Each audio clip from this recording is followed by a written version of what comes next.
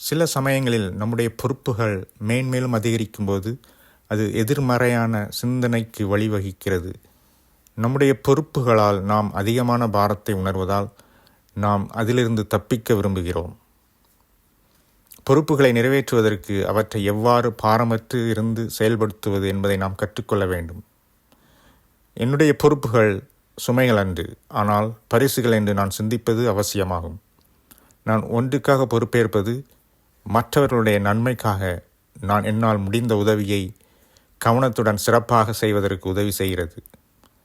இந்த முயற்சியில் நான் புது திறன்களை கற்றுக்கொள்வதையும் நான் கற்பதற்கேற்ப என்னுடைய உள்ளார்ந்த குணங்கள் வளர்வதையும் காண்கின்றேன். இதன் விளைவாக நான் செய்து கொண்டிருப்பதிலிருந்து மகிழ்ச்சியை அனுபவம் செய்வதை காண்பேன். இனி பொறுப்புகள் என்னை தயக்கமடைய செய்யாது, அவை என்னை வளர அனுமதிக்கின்றது.